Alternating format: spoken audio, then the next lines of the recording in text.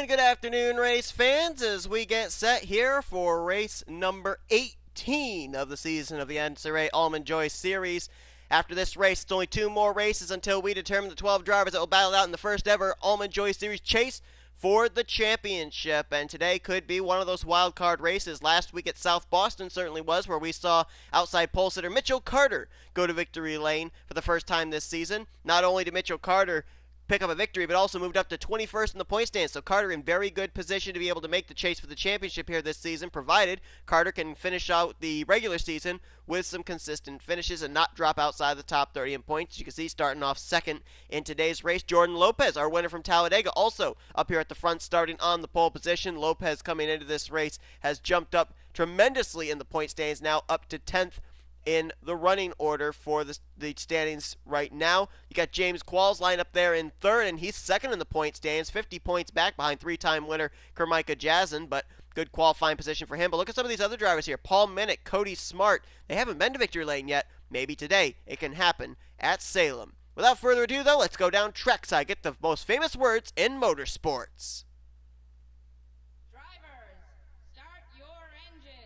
And as there's the command to fire him up, the chase standings right now are as follows. The way it looks right now, K Jazzin obviously locked into the chase with her 3 wins. Same can be said for M Daleo with his 2 wins.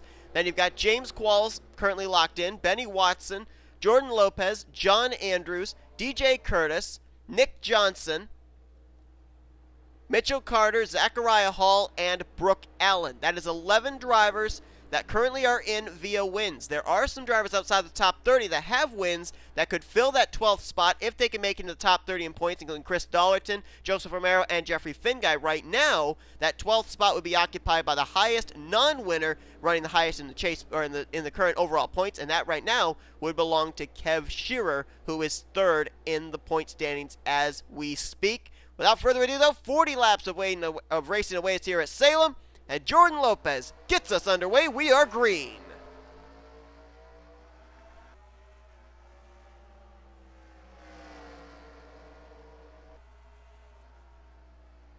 Mitchell Carter wisely letting J Lopes go and then tucks in line into the 2nd position. Lopes, as I mentioned, only win this season coming at Talladega Superspeedway. Would love to be able to pick up win number 2, be worry-free heading into the chase for the championship. Also be tied with M Daleo for the number 2 seed once the chase begins. Right now it's pretty obvious that number 1 seed going to be going to K Jazzin. Carter right now just trying to be consistent right now in 2nd. Then you got P Minnick running there in 3rd.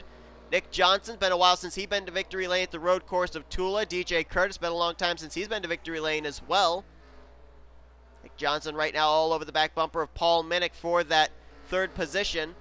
Might be able to make a move here going into 3. Not quite close enough. You see drivers moving around here, trying different lines. Minnick right down on the bottom. Nick Johnson the same, but J Kurtis kind of running that middle groove, trying to get maybe a little bit of an extra run off the corner. Now all 3 of them tuck it right down to the bottom of the racetrack. Ooh, a little close there. Nick Johnson maybe getting a little impatient with P Minnick. Almost put the bumper to him. That's how it is here with these short tracks. And now Nick Johnson says, I'm going to take and stick it down to the bottom on you, P Minnick. And he's going to make it stick. Still on the inside line. Minnick, though, got a nice run there out of the corner. And now look at J Kurtis jumping up to the high side. He's going to try and get around Nick Johnson for the 4th position using the outside line. And J Qualls noticing that, decides he's going to let his car drift up there a little bit too. J Kurtis hanging tough on the outside line. He may be able to complete the pass. Drove it a little wide there, but man, did he get a heck of a run off the corner as a result.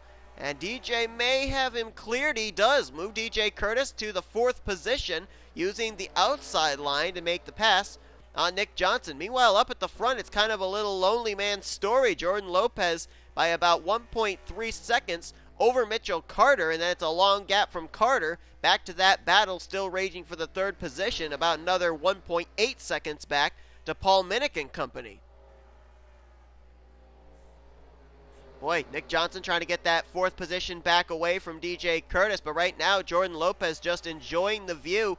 But one thing that Lopes has to worry about, and we saw this back at South Boston as well, is if this thing goes into a long green flag run, Lopes may end up encountering the tail end of the field, and we've seen what traffic can do. Mitchell Carter knows well what traffic can do. That's what actually really helped him out in being able to win last week at South Boston. Now, Salem is about little more than half a mile long. It's a little bigger than Bristol. South Boston was only 4/10 of a mile, so it will take a little bit longer for Lopes to catch up to the rear of the field. But if this thing does go green all the way, I think that we can safely say that Jordan Lopes and Mitchell Carter and others, they will be encountering the tail end of the field before the checkered flag waves. As a matter of fact, we can kind of gauge it right now. We are 12 laps in, completing lap 12 now. Lopes there hitting the line, and William Brock, who's right now running dead last in 40th place, was just getting out of turn 2. So the tail end of the field doesn't even have half a racetrack between themselves and the current race leader. It's actually cutting down to almost about a quarter of a racetrack separation between the leader Jordan Lopes and the tail end of the field. And yeah, all 40 cars still running. William Brock, last car on the racetrack on the lead lap in 40th position. So yeah, nobody out of the race, and that is the tail end of the field that Lopes is very quickly catching. See if we can get a on board with him and see just how far ahead the tail end of the field is to him. There you can see he's exiting 4, and they're going into 1. So Lopes is closing. And I'll tell you one guy that's probably very happy to see that. I'll bet you that's probably Mitchell Carter, because let's be honest, last week Mitchell Carter used lap traffic to his advantage when he picked up his first win of the season at South Boston. Lopes, as we mentioned, 10th in the point standings, a win at Talladega. Carter, 21st in points, win last week at South Boston. Both these drivers would like a second win to solidify themselves a spot in the chase for the championship.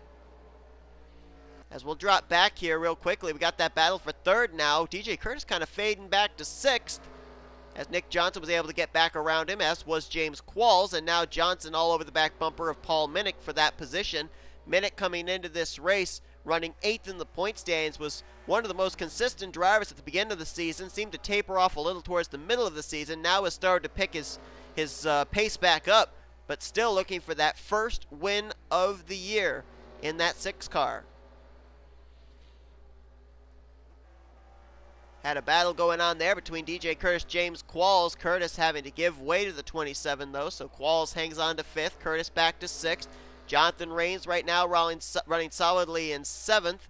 8th place Cody Smart, Benny Watson there in 9th. 10th place Seth Cole, and there you see Chris Dollerton. Remember we mentioned Dollerton as well as Joseph Romero and Jeffrey Finguy all come into this race running outside the top 30 in the points. All former winners this season. Right now, Chris Dollerton, with where he's running in the 12th position, this could definitely help get him back into the top 30 in the points. He came into this race 33rd in the standings, and the gap between himself and Jeremy Jones, who came in 30th in points, was a slim 13-point gap. So right now, Chris Dollerton looking good. And this is what he needs to do, not only in this race, but in the upcoming 2 races, to be able to make sure he's going to be in the top 30 and have his Bermuda win count towards a spot in the chase for the championship. See if we can find out where the other 2 drivers that are former winners outside the top 30 in the points are running. There is Joseph Romero. He is last time by scored in 26th. And then Jeffrey Finguy I saw way at the tail end of the field. And yeah, there he is right there. He is currently, I believe, 39th. Yeah, next to last. And there you see Jordan Lopes catching up there to William Brock in 40th place. So he has now caught the tail end of the field, has the race leader. And if he can't dispose of these drivers quickly, that's going to bring Mitchell Carter to his back door very, very soon. And Lopes had built about a 2-second lead between himself and Carter, so he's got to dispatch of lap traffic and put as many cars between him and Carter as possible, as we are more than halfway home through this thing. 15 laps left to go here at Salem. Lopes having some difficulty getting by William Brock, and that last time by, Mitchell Carter closed down the gap between himself and Lopes by 0.2, which means he's got time to reel Lopes in. The only thing is, with what I'm seeing, it looks like that outside line gets a really good run, so if Carter's going to catch Lopes, he's going to have to pass him on the high side. We saw earlier J Kurtis try and make the move on Qualls for 5th on the inside line, could not get the run off the corner, so Carter is closing the gap very quickly. He only gained about 300ths that lap, but in order for Carter to bypass Jordan Lopes, Lopes has got to make a mistake, go down to the bottom, I think, and Carter's got to try and rim ride on the high side to get around him. As now Lopes going to try and get to the inside of William Brock once again. Brock trying to battle to stay on the lead lap. Lopes gets a better run off of turn 2 that time. Remains alongside of William Brock, at least for the moment. They're side by side up ahead of him with Acevedo and Finguy. And Lopes has to give way again, probably with the tire wear here. The car getting a little tight on the bottom in the exit of the corner, and you're having to lift a little bit more. And Mitchell Carter, less than a second back, last time by 7/10 off the back bumper for Lopes. It's going to be almost about maybe 4/10 now when they cross the line, as he is closing at a blistering pace. That time 0.6 of a second, actually, the gap between Lopes and Carter. Both these drivers just looking for consistent runs, but both also looking for their second win of the season here in the Almond Joy Series. We've got 9 laps to go, and now Lopes makes the move on William Brock. At least he tried to. Brock still on that high side, and here comes Mitchell Carter on the back bumper. Carter's got to try and do something on the high side. Lopes still trying to make that inside line work, trying to take away any opportunity for Carter to be able to stick it down there on the inside. Carter would not be afraid to use the bumper either. As now Lopes going to try and drift his car up to the high line, following the tire tracks of William Brock, and get around the 20 of Jeffrey Finguy. He may have left the door open on the inside, though, for Mitchell Carter. And Carter's not going to take the opportunity, at least not this time. And now Jeffrey Finguy is going to tuck in front of Mitchell Carter, and that's going to allow Jordan Lopes to have a lap machine right now between himself and Mitchell Carter. And Jeffrey Finguy is not a slow lap car either, so Carter's going to have his hands full getting by Finguy. And now Lopes trying to put a second lap car between himself and Carter as he tries going to the inside of William Brock. Ooh, Lopes, nice run there through that corner. Can he make it stick? Brock trying to still battle back on the high side. Lopes trying to clear. Not quite. I think he may have him here. He may be able to tuck right up in front of him. And, ooh, man, Brock almost got into his right rear. But Brock is going to get cleared. So Lopes now has 2 lap machines between himself and Mitchell Carter. And as he will cross the line, it's 3 laps to go here at Salem. Lopes looking for win number 2, which would tie him with Matthew Daleo for second most this season. K Jazzin obviously in the lead with 3 wins this year. And Lopes trying to solidify himself a spot in the chase for the championship. 2 laps to go. Mitchell Carter still boxed in. It's a wall in front of him of lap machines, allowing him no farther progress. And now Lopes jumping up to the high side on Grayson Acevedo, trying to put more lap traffic between himself and Carter with the white flag displayed. Lopes finding the high line. He'll try and clear Acevedo off of 2. He does. Now 3 lap machines between himself and Carter. That's got to be all she wrote. Through turns 3 and 4, a dominating performance by pole sitter Jordan Lopes. He will win his second race of the season here today at Salem. Wow, what a great job there by Jordan Lopes, picking up the victory, his second of the season, a win at a restrictor plate track and a win now at a short track. Jordan Lopes leading all 40 laps. He had Mitchell Carter on his back bumper for just about the entire race. Carter solidly staying in second for the entire thing, and was hoping that for the second straight week, the tail end of the lead lap cars were going to be able to help play into his favor, but Lopes able to hold him off. So Lopes gets his second win of the season. Mitchell Carter comes home with second. Minnick gets third. Fourth for Nick Johnson. James Qualls in fifth. D Kurtis will get sixth. Rains in seventh.